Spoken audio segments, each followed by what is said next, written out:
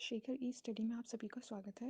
प्रिय विद्यार्थियों, हमारे इस ऑनलाइन इंस्टीट्यूट के माध्यम से आप सभी को गणित और हिंदी विषय का आधारभूत तरीके से अध्यापन कराया जाता है, जिसमें कहीं अगर थोड़ी बहुत त्रुटि हो जाती है तो उसके लिए हम क्षमा प्रार्थी हैं और इस संबंध में आपके सुझाव आमंत्रित हैं। धन्यवाद। हेलो दोस्तों, मैं शेखर स्वागत करता हूं आपका अपने YouTube channel Shekhar study point. दोस्तों, यूपी ट्रिपल सी पीटी 2022 की गणित का पाठ्यक्रम चल रहा था। हमने एक चैप्टर पूर्णतः समाप्त कर लिया था, पूर्ण संख्या। ठीक है, एकदम विस्तृत से पढ़ाई गई है। अगर आपने देख लिया, अगर उस सारे पार्टों को देख लिया तो आप किसी भी प्रैक्टिस सेट को सॉल्व करिए, आपको कहीं बहुत दिक्कत नहीं होगी। फिर भी अगर कहीं दिक्कत होती है तो व्हाट्सएप नंबर चलता है, उस पर आप मैसेज कर सकते हैं। ठीक है, देखिए अगला टॉपिक हमारा था भिन्न तथा दशमलव, जिसका एक पार्ट आ चुका था।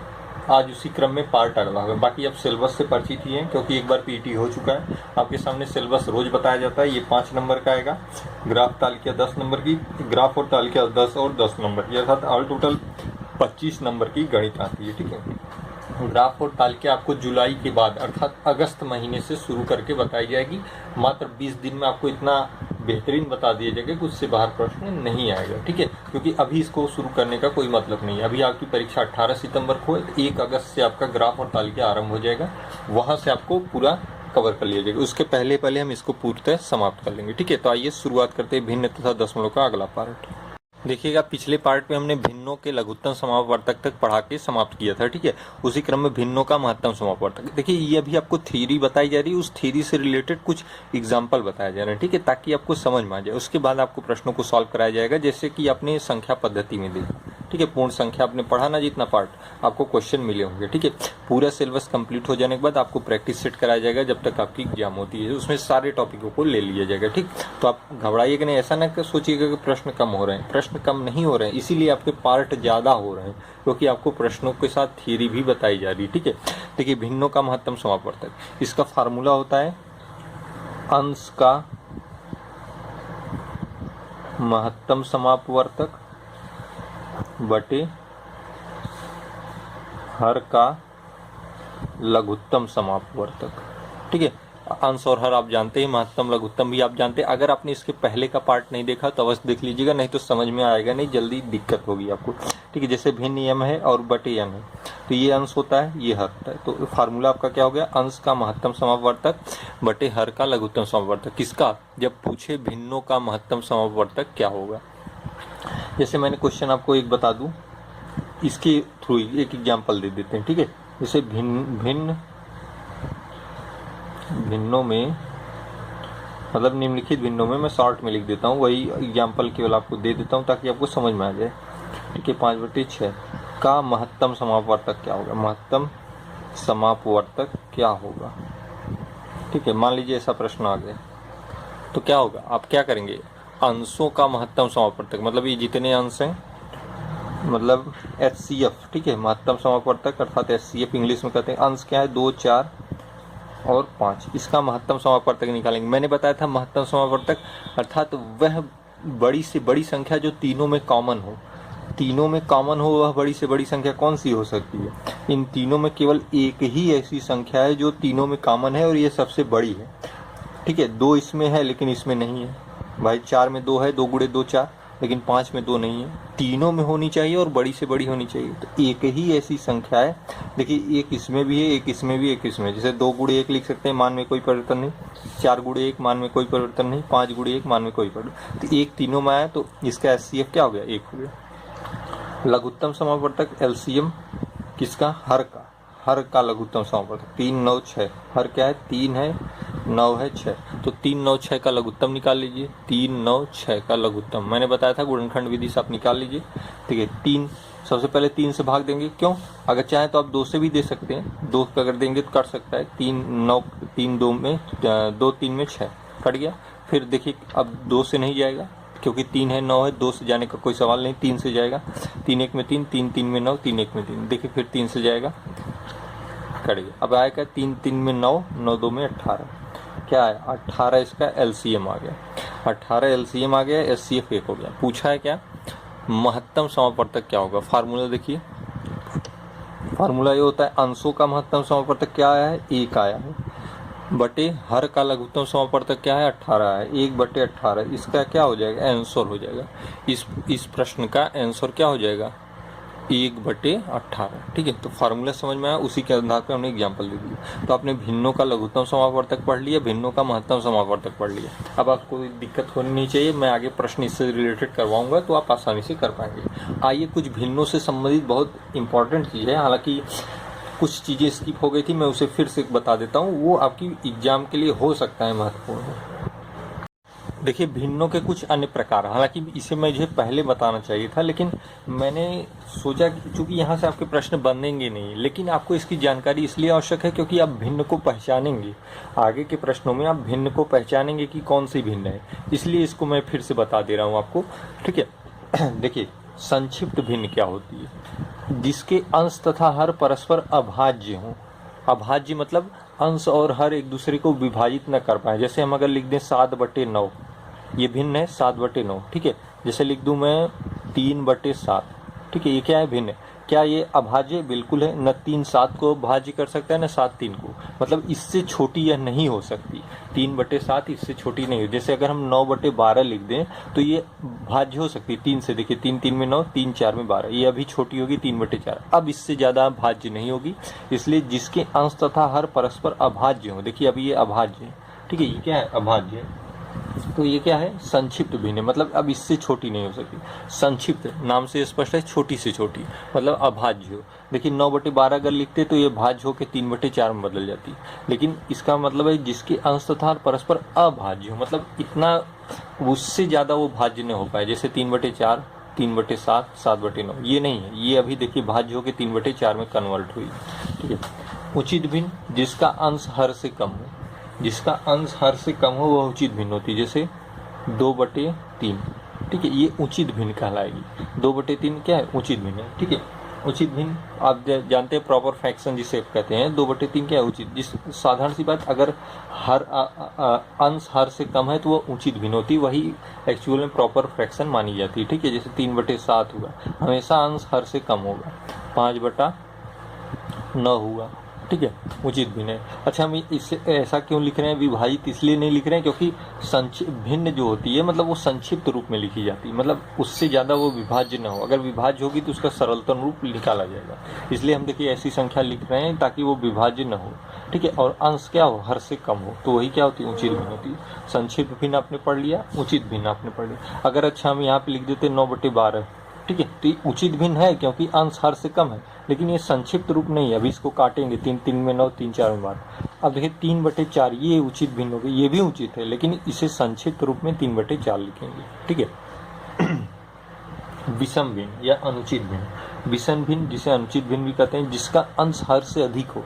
ठीक है, जिसका अंश हर से अधिक हो वह क्या होती है, विषम भिन्न मानी जाती है। जैसे अगर हम लिख दें 9/7, ठीक है, तो ये देखिए भिन्न का जो रूप है ये विषम में है, ये अनुचित है। भिन्न हमेशा इस रूप में लिखी जाती है जिसका अंश हर से कम हो, मतलब वही भिन्न प्रॉपर फ्रैक्शन मानी जाती है जिसका अंश हर से कम हो, ये अनुचित मानी जाएगी, विषम मानी जाएगी। ठीक है, तो इस तरीके की भिन्न को क्या कहते हैं, विषम भिन्न कहते हैं। ठीक है, अब चाहे तो कोई भी संख्या लिख दें, 13/7 लिख दें या 19/4 लिख दें, जिसका अंश हर से बड़ा हो वह विषम या अनुचित भिन्न मानी जाती है। ठीक है, बस इतना केवल आपको परिचय, इसका मात्र उद्देश्य यही है कि आपको परिचय करा दूं कि भिन्न कैसे पहचानते हैं, मतलब कौन सी भिन्न होती है। ठीक है, मिश्रित भिन्न देखिए, ये आपको अक्सर मिलेगी मिश्रित भिन्न, हालांकि ये बहुत कम मिलेंगी, ये तो ये भिन्न का रूप ही होता है ये दोनों, ये बहुत कम मिलेगी।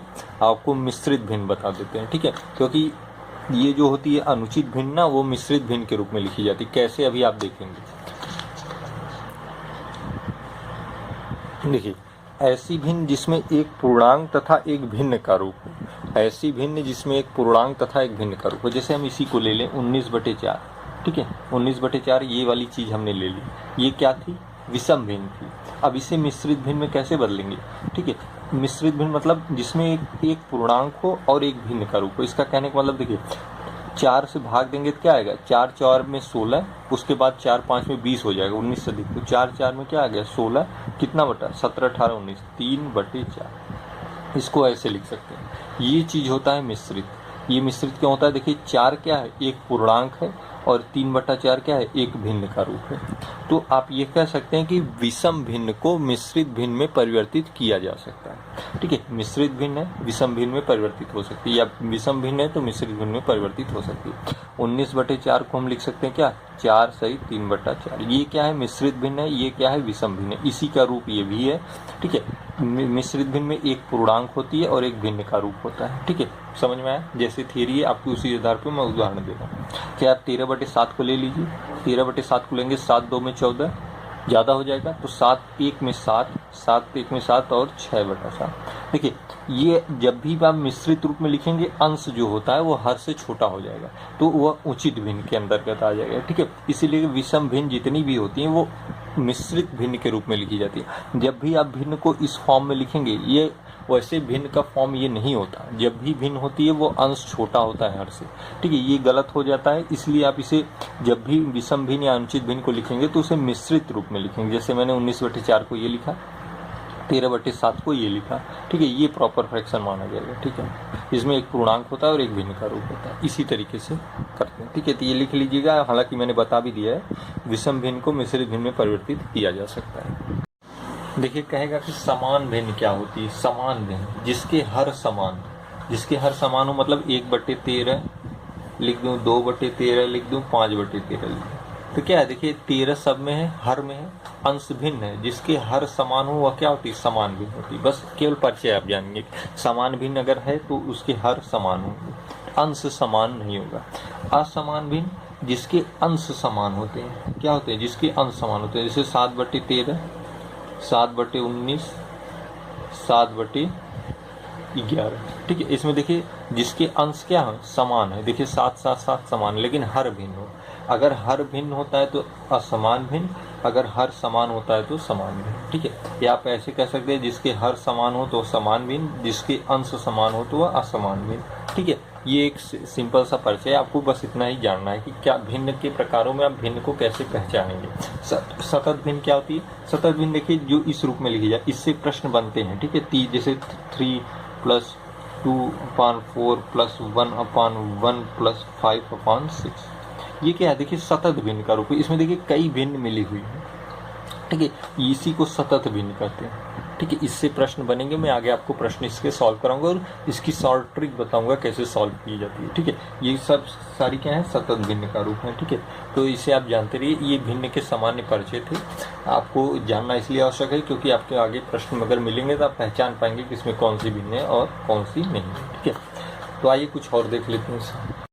देखिएगा, यहाँ से आपका महत्वपूर्ण टॉपिक स्टार्ट होता है, दशमलव भिन्न। ठीक है, यहाँ से अधिकतर प्रश्न आते हैं, बहुत ध्यान से इसे देखिएगा। दशमलव भिन्न होती क्या है, मैंने एक बार बता रखा है आपको, फिर से एक बार बता देता हूँ। जिस भिन्न का जो है हर, ठीक है, जिस भिन्न का हर जो है वह 10 या 10 की घात, 10 या 10 की घात के रूप में हो। ठीक है, जिस भिन्न का हर 10 या 10 की घात के रूप में हो उसे दशमलव भिन्न कहते हैं। फॉर एग्जांपल देखिए, 2/10 ये क्या है, दशमलव भिन्न, इसे आप क्या लिख सकते हैं, 0.2 लिख सकते हैं। ठीक है, और देखिए 11/100, 100 क्या है, देखिए 100 10 की घात के रूप में, आप 100 को क्या लिखते हैं, 100 को आप ऐसे लिख सकते हैं ना, 10 की पावर 2, तो 10 की घात के रूप में है ना। तो जिस भिन्न का हर मतलब ये 10 या 10 की घात, देखिए 10 की घात के रूप में, इसे आप लिख सकते हैं 0.0। ठीक है, ये आपका भिन्न, ये जो होती है ये दशमलव भिन्न होती है। ठीक है, ये क्या है, दशमलव भिन्न है, क्योंकि जब आप इसे इस तरीके से करेंगे तो ये ऐसे हो जाएगी। ठीक है, तो जिस भिन्न का हर 10 या 10 की घात के रूप में वो सारी क्या होती है, दशमलव भिन्न का रूप होती है। ठीक है, तो इस तरीके के प्रश्नों को ऐसे ही सॉल्व करते हैं। तो देखिए, दशमलव भिन्न से आप परिचय हो गया कि क्या होती हैं।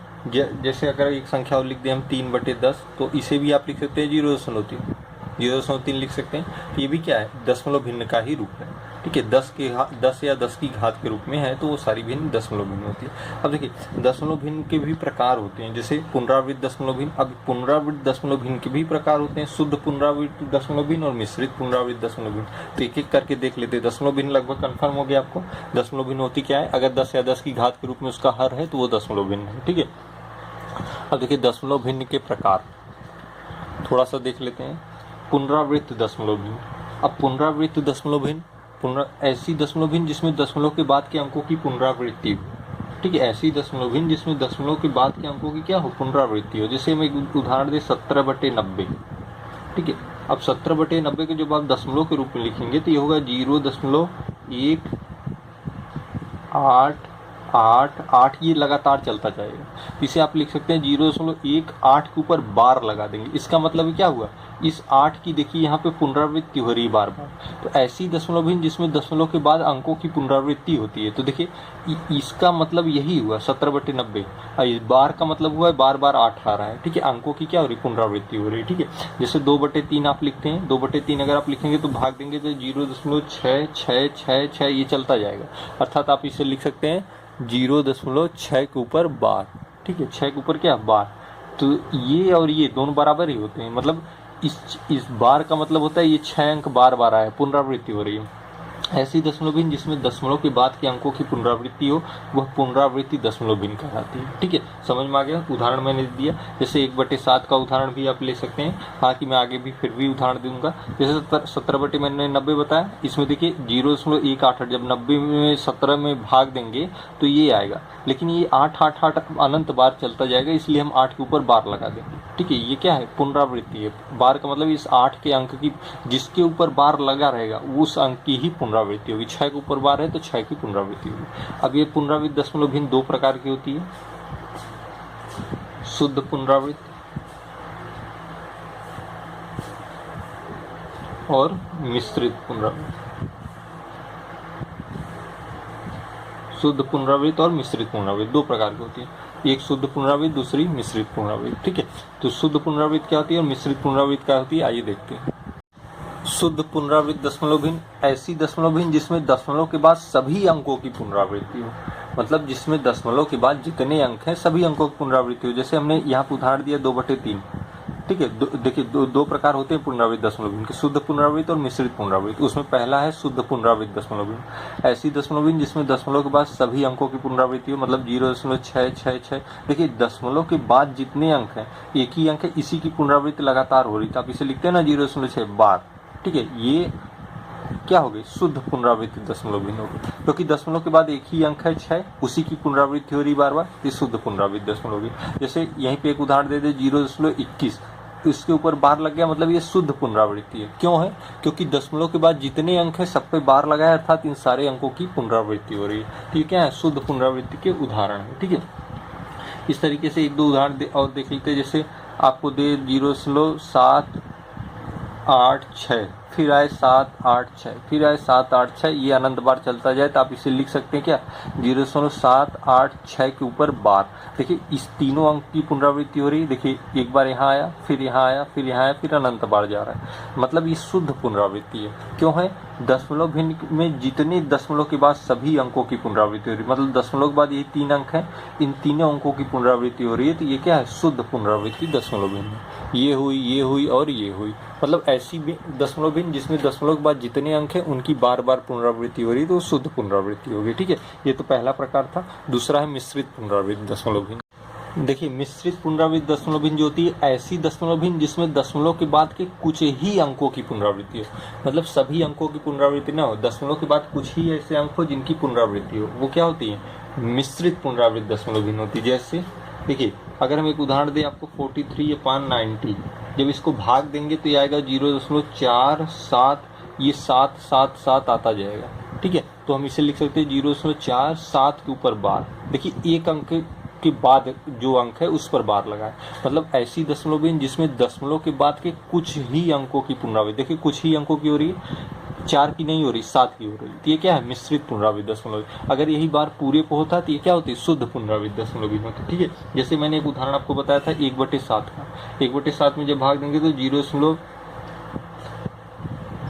0.1/7 तो शुद्ध पुनरावृत्ति हो जाएगी। ठीक है, 1/7 शुद्ध पुनरावृत्ति हो जाएगी। 17/90 का अभी मैंने उदाहरण दिया 17/90 का, जिसमें देखिए 0.18888, देखिए एक को छोड़कर इस अंक की पुनरावृत्ति हो रही, तो आप इसे लिख सकते हैं 0.18 के ऊपर बार।